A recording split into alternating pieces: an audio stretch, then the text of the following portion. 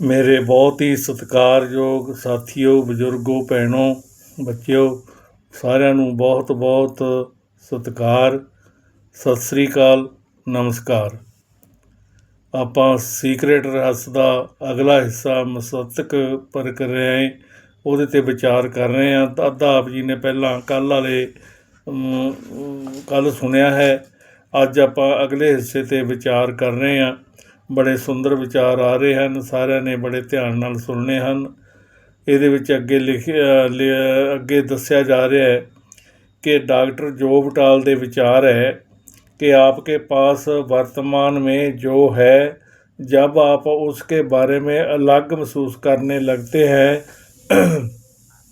तो आप और भी ज़्यादा अच्छी चीज़ों को आकर्षित करने लगेंगे। फिर आपके पास ऐसी और चीज़ें आ जाएगी जिसके लिए आप चाहना रखते हो।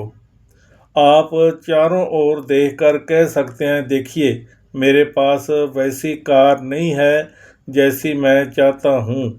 मेरे पास वैसा मकान नहीं है जैसा मैं चाहता हूँ। मेरे पास वैसा जीवन साथी नहीं है जैसा मैं चाहता हूँ। मेरे पास वैसी सेहत नहीं है जैसी मैं चाहता हूँ। ओ, रहने दो।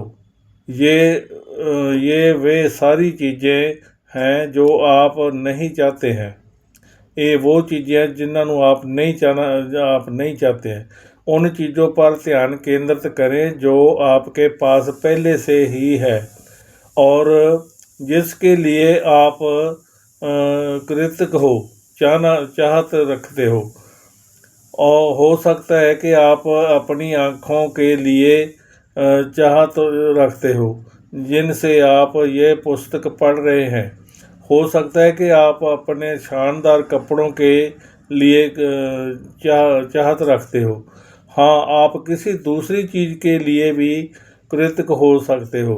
अगर आप पहले से मौजूद चीज़ों के लिए कृतज्ञ होंगे तो आपको अपनी मनचाही चीज़ काफ़ी जल्दी मिल सकती है। अपनी ज़िंदगी की बाकी सारी चीज़ों को सही क्रम में रखने वाले कई लोग कृतज्ञता की कमी से कारण गरीब बने रहते हैं। अच्छे विचारां नाल असीं ਇਹ ਸੋਚ ਸਮਝ ਕੇ ਜਿਹੜੇ ਆਪਣੇ ਵਿਚਾਰ ਇਹਦੇ ਵਿੱਚ ਛੱਡੀਏ।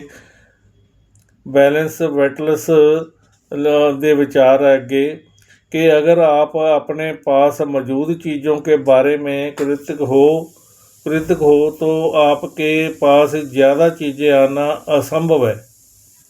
क्योंकि आप कृतज्ञता की अवस्था में जो भावनाएं और विचार प्रेषित करते हो वे सभी नकारात्मक होते हैं। ईर्ष्या, दोष, असंतुष्टि या पर्याप्त नहीं की भावनाएं आपको ये नहीं दिलवा सकती। तो आप चाहते हैं कि वे चीज़ों सिर्फ वही चीज़ें ज़्यादा दिला सकती है जो आप नहीं चाहते हैं। ये नकारात्मक भाव आपकी मनचाही चीज़ों को आप तक पहुँचाने से रोक रहे हैं। अगर आप नई कार चाहते हैं लेकिन अपनी वर्तमान कार के लिए चाहत नहीं है तो आप उसी प्रबल फ्रीक्वेंसी को बाहर भेज दें। आपके पास इस समय जो है उसके लिए कृतज्ञ बने। जब आप अपनी ज़िंदगी की तमाम नियामतें के बारे में सोचने लगते हैं जिनके लिए आप चाहना रखते हैं तो आपके दिमाग में अंतहीन विचार आएंगे जो आपको कृतज्ञ होने के लिए जो ज़्यादा नियामतें की याद दिलाएंगे। आपको शुरुआत करनी होगी और फिर आकर्षण का नियम उन चाहत के विचारों को ग्रहण करके आपको वैसी ही और नियामतें देगा। आप चाहना की फ्रीक्वेंसी पर पहुंच गए हैं, इसलिए आपको तमाम अच्छी चीज़ें मिल जाएगी। ਇਹ ਤਾਂ ਸਾਡੀ ਆਪਣੀ ਸੋਚ ਦੇ ਕਾਰਨ ਹੈ। और चाहना की कृतज्ञता कृतज्ञता कृतज्ञता की दैनिक अभ्यास वह नहर है जिसके आपके दौलत आप तक आएगी। ਆਪਣੀ ਤੁਹਾਡੀ ਸੋਚ ਆ, ਸਾਡੀ ਚਾਹਨਾ ਐਸੇ ਕਹਿੰਦੇ ਬੈਂਕ ਬੈਲੈਂਸ ਹੈ, ਜੋ ਕਿ ਬੈਂਕ ਬੈਲੈਂਸ ਭਾਵ ਆਪਣੀ ਜੋ ਅਸੀਂ ਚਾਹੁੰਦੇ ਹਾਂ ਉਹ ਸਾਡੇ ਕੋਲ ਜਿਸ ਦਾ ਸੋਚਾਂਗੇ ਸਾਡੇ ਕੋਲ ਆਏਗੀ। ਇਹ ਵੈਲਸ ਵੈਟਰਲਿਸ ਦੇ ਵਿਚਾਰ ਸੀ।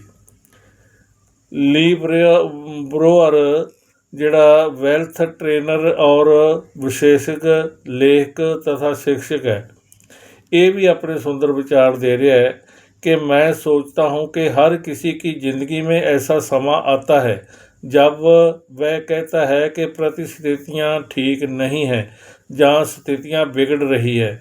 एक बार जब मेरे परिवार में ऐसी परिस्थितियाँ थी जो मुझे एक पत्थर मिल गया और मैं उसे पकड़ कर बैठा रहा।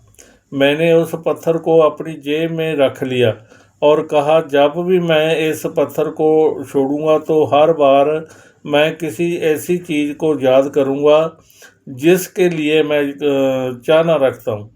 हर सुबह उठते ही मैं इस पत्थर को ड्रेसिंग टेबल पर से उठाकर अपनी जेब में रख लेता हूँ और चीज़ों को याद करता हूँ जिनके लिए मैं कृतज्ञ हूँ।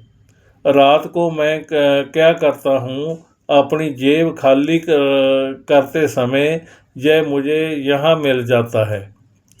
मुझे इस बारे में कुछ अद्भुत अनुभव हुए हैं। दक्षिणी अफ्रीका के एक व्यक्ति ने मेरे इस पत्थर को देखकर पूछा, यह क्या है? मैंने उसे इसके बारे में बताया कि उसने इस तत्काल कृतज्ञता पत्थर का नाम दे दिया, मतलब चाहना का नाम दिया, भी ये चाहना है, नाम दे देता। 2 सप्ताह बाद मेरे पास दक्षिणी अफ्रीका से उसका ईमेल आया, मेरा बेटा मौत की कगार पर है, उसे हेपेटाइटिस हो गया है। क्या आप मुझे 3 कृतज्ञता पत्थर भेज सकते हैं? ਜਿਹੜਾ आदमी देखना आया सी उसने पत्थर मंगया उस तो। मैंने कहा, बिल्कुल, सड़क पर सामान्य पत्थर ही मिल जा सकते हैं, क्योंकि मुझे बहुत ख़ास पत्थर भेजने थे। इसलिए मैंने नदी किनारे जाकर सही पत्थर उठाए और उसे भेज दिए। 4-5 महीने बाद मुझे फिर उसका ईमेल मिला, मेरे बेटे की हालत सुधर रही है, अब वह बहुत अच्छा है। फिर उसने आगे बताया कि लेकिन मैं आपको कुछ और बताना चाहता हूँ। हम $10 के हिसाब से 1000 कृतज्ञता पत्थर बेच चुके हैं। 10,000 ਦੇ ਉਹਨੇ ਚਾਹਨਾ ना रख के वो पत्थर बेच चुके हैं और उस पैसे को परोपकार के लिए दे चुके हैं। आपको बहुत बहुत धन्यवाद। ਹੁਣ कृतज्ञता ਦਾ ਨਜ਼ਰੀਆ ਰੱਖਣਾ ਬਹੁਤ ਮਹੱਤਵਪੂਰਨ ਹੈ। ਮਹਾਨ ਵਿਗਿਆਨਕ ਅਲਬਰਟ आइंस्टीन ने समय, स्थान और गुरुत्वाकर्षण को देखने के बारे में तरीके से क्रांति कर दी थी। उसकी गरीब पृष्ठभूमि और कमज़ोर शुरुआत से यह असंभव लगता था कि उतना सब हासिल कर सकते हैं जितना उन्होंने किया। आइंस्टीन काफ़ी हद तक रहस्य जानते थे और वे हर दिन सैकड़ों बार धन्यवाद देते थे। वे पुरानी पीढ़ी के वैज्ञानिकों के उनके योगदान के लिए धन्यवाद देते थे, जिन्होंने उन्हें ज़्यादा सीखने और हासिल करने के समर्थ बनाया। इस तरह अंततः ये दुनिया के महानतम वैज्ञानिकों के एक बन गए। कितने ऐसे विचार है जे जो ने पत्थर का नां चाहना रख दिता, कृतज्ञता रख दिता, और उसने वो तो हर रोज उठदा तो वो चाहना रखदा भी मैं आ चाहना है, तो उसने अपनी जेब विच रख लेंदा। कितनी सुंदर विचार है। रचनात्मक प्रक्रिया के कृतज्ञता का बहुत मशक्कत प्रयोग किया जा सकता है। इसके आप अपनी मनचाही चीज़ को पाने की प्रक्रिया में ज़बरदस्त शक्ति पर देते हैं। बॉब प्रॉक्टर ने रचनात्मक प्रक्रिया के पहले कदम में जो सलाह दी थी उसे याद करें। मांगें, आप जो भी चीज़ चाहते हैं उसे लिखकर शुरुआत करें। हर वाक्य को इस तरह शुरुआत करें, मैं इस वक्त खुश और चाहत रखता हूँ। क्योंकि क्योंकि ਅੱਗੇ ਲਿਖਦੇ ਵੀ ਕਿਉਂ ਰੱਖਦਾ, ਅੱਗੇ ਡੈਸ਼ ਕਰਤੀ ਹੈ ਵੀ ਮੈਂ ਉਸ ਚੀਜ਼ ਦੀ ਚਾਹਨਾ ਰੱਖਦਾ ਹਾਂ ਕਿਉਂਕਿ ਮੈਨੂੰ ਖਾਲੀ ਡੈਸ਼ ਭਰਨੀ ਹੈ ਕਿ ਮੈਨੂੰ ਉਸ ਦੀ ਬਹੁਤ ਜ਼ਰੂਰਤ ਹੈ ਜਾਂ ਮੈਂ ਉਸ ਦੀ ਕੀ ਕਰਨਾ ਹੈ ਉਹ ਭਰਨਾ और फिर बाकी का वाक्य पूरा करें। जब आप इस तरह धन्यवाद देते हैं तो जैसे आपको मन चाही चीज़ मिल चुकी है, तो आप ब्रह्मांड को एक मुशक्कत संकेत भेजते हैं। ये संकेत बताता है कि ये चीज़ आपके पास इसी समय मौजूद है, क्योंकि आप उसे के लिए कृतज्ञता महसूस कर रहे हैं, चाहना महसूस कर रहे हैं।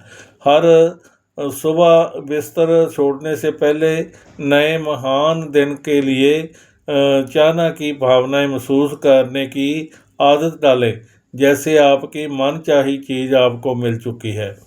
जिस पल मैंने रहस्य खोजा और दुनिया तक ये ज्ञान पहुंचाने का सपना देखा, और उसी पल मैं द सीक्रेट फिल्म के लिए हर दिन धन्यवाद देती थी, जो दुनिया में खुशी लाएगी।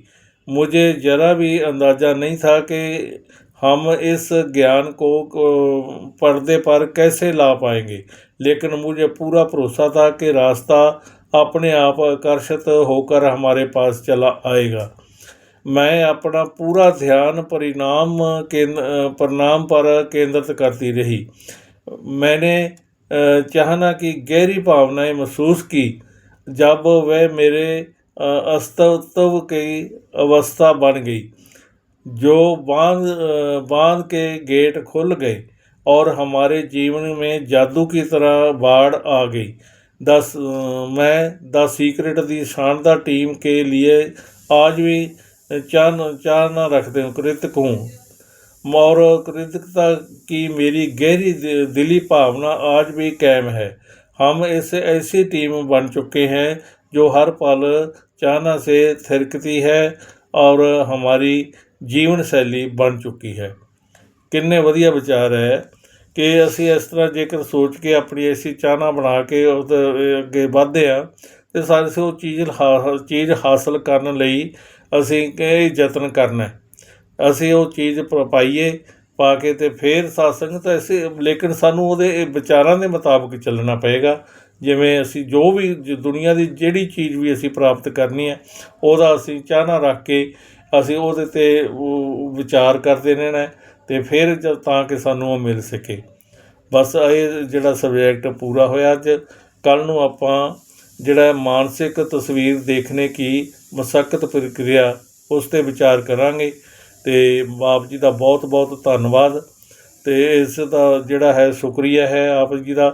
ਆਪ ਜੀ ਇਸ ਦੇ ਨਾਲ ਜੁੜ ਰਹੇ ਹੋ ਅਤੇ ਸਾਰਿਆਂ ਨੂੰ ਇਸ ਦਾ ਬਹੁਤ ਬਹੁਤ ਧੰਨਵਾਦ। ਮੈਂ ਜ਼ਿਆਦਾ ਪੰਜਾਬੀ ਪੜ੍ਹਦਾ ਹੂੰ ਔਰ ਕਈ ਹਿੰਦੀ ਦੇ ਵਿੱਚ ਜਿਹੜੇ ਵਿਚਾਰ ਹੈ ਇਹਦੇ ਵਿੱਚ ਕਦੀ ਕਦੀ ਥੋੜ੍ਹੀ ਜਿਹੀ ਸ਼ਬਦ ਬੋਲਣ ਵਿੱਚ ਜਿਹੜਾ ਹੈ ਉਹ ਥੋੜ੍ਹੀ ਜਿਹੀ ਅਖੁਆਈ ਆਉਂਦੀ ਹੈ, ਕਿਉਂਕਿ ਮੈਂ ਜ਼ਿਆਦਾ ਪੰਜਾਬੀ ਦਾ ਹੀ ਹਿੱਸਾ ਹੂੰ। ਇਸ ਕਰਕੇ ਮੈਂ ਆਪ ਜੀ ਤੋਂ ਮੁਆਫੀ ਚਾਹੁੰਦਾ। ਕੋਈ ਗੱਲ ਸ਼ਬਦ ਨੂੰ ਜਿਹੜਾ ਸਹੀ ਤਰੀਕੇ ਨਾਲ ਨਹੀਂ ਪੜ੍ਹਿਆ ਜਾਂਦਾ, ਪਰ ਆਪ ਜੀ ਸਮਝ ਸਕਦੇ ਹੋ। ਜਿਵੇਂ ਜਿਹੜਾ ਹੈ ਕ੍ਰਿਤਗਤਾ ਭਾਵ ਚਾਹਨਾ ਹੈ, ਇਹ ਉਹਨੂੰ ਕ੍ਰਿਤਗਤਾ ਹਿੰਦੀ ਦੇ ਵਿੱਚ ਲਿਖਿਆ ਗਿਆ, ਪਰ ਉਹ ਮੈਨੂੰ ਲੱਗਦਾ ਨਹੀਂ ਕਿ ਮੈਂ ਉਸ ਸ਼ਬਦ ਨੂੰ ਠੀਕ ਬੋਲ ਪਾਇਆ ਹਾਂ ਅਤੇ ਤਾਂ ਹੀ ਨਾਲ ਉਸ ਦੇ ਚਾਹਨਾ ਬੋਲਿਆ ਗਿਆ ਹੈ। ਸੋ ਆਪ ਜੀ ਦਾ ਬਹੁਤ ਬਹੁਤ ਧੰਨਵਾਦ। ਕਿਰਪਾ ਕਰੋ ਸਾਰੇ ਨਾਲ ਇਹਦੇ ਜੁੜੇ ਰਹੋ। ਜੁੜ ਕੇ ਅਸੀਂ ਸਾਰੇ ਵਧੀਆ ਇੱਕ ਐਸੀ ਟੀਮ ਬਣੇ, ਸਾਡਾ ਸਮਾਜ ਸੁਧਾਰਕ ਟੀਮ ਬਣੇ ਔਰ ਸਮਾਜ ਸਾਰਾ ਸਾਡਾ ਆਪਣਾ ਸਾਰਿਆਂ ਦਾ ਸੁਧਾਰ ਹੋਵੇ ਤਾਂ ਕਿ ਇੱਕ ਵਧੀਆ ਸਮਾਜ ਦੀ ਸਿਰਜਣਾ ਹੋ ਸਕੇ। ਇੰਨਾ ਹੀ ਕਹਿੰਦਾ ਹੋਇਆ ਖਿਮਾ ਦਾ ਜਾਚਕ ਹਾਂ। ਕਿਰਪਾ ਕਰਕੇ ਸਬਸਕ੍ਰਾਈਬ ਜ਼ਰੂਰ ਕਰਿਆ ਕਰੋ ਤਾਂ ਕਿ ਜਿਵੇਂ ਅੱਜ ਕਾਫੀ ਲੋਕਾਂ ਨੇ ਇਹ ਸਬਸਕ੍ਰਾਈਬ ਕੀਤਾ, ਪਤਾ ਲੱਗਿਆ ਕਿ ਇੰਨੇ ਲੋਕ ਜੁੜੇ ਹਨ। ਆਪ ਵੀ ਇਸ ਦੇ ਨਾਲ ਜੁੜ ਕੇ ਚੰਗਾ ਸਹਿਯੋਗ ਦਿੰਦੇ ਹੋਏ ਆਪਾਂ ਸਾਰਿਆਂ ਦਾ ਹੀ ਧੰਨਵਾਦ ਕਰੀਏ।